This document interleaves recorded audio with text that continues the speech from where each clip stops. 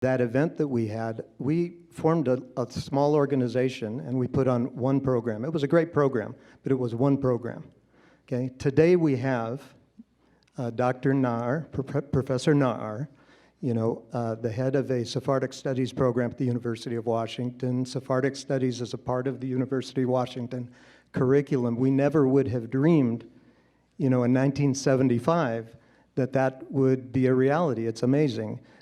We probably never would have really dreamed that Hazan Azuz and Joel Ben Alil would have produced, probably for the first time since the early 20th century, published an Ottoman Ladino tradition set of prayer books for daily Sabbath, all the holidays. That hasn't happened, I think, since the turn of the century, that they were publishing books like that. And those were actually probably reprints of older versions.